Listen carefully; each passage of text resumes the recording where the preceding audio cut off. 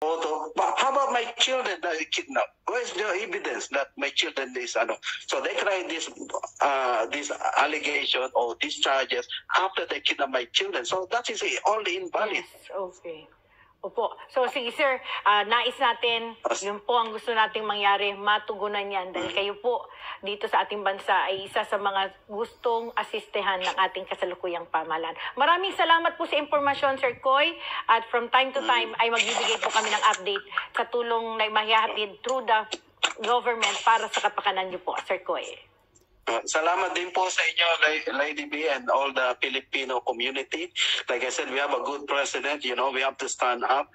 If there's something wrong, we have to stand up. You know, if it's wrong, it's wrong. If it's right, it's right. That's all it is. And God bless. And I see you there.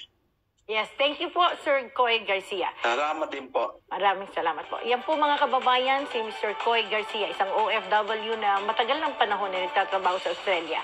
Kumakaharap sa ibang klase rin ng problema. First time din natin naririnig, pero kung ito po ay personal yung problema, we do hope, lalo na po, layunin ng ating pamahalaan ngayon na asistihan sa iba't ibang uri ng legal battle ang ating pamahalaan. Sana po maririnig natin bago matapos ang taong ito ay ma-solve na ang problemang kinakaharap ni Mr. Koy Garcia at posibleng ito rin pong problemang ito ay kinakaharap pa ng ilan nating mga kabayan abroad. So mag-break muna po tayo sa ating pagbabalik ang mga balita sa iba't ibang panig ng daigdig.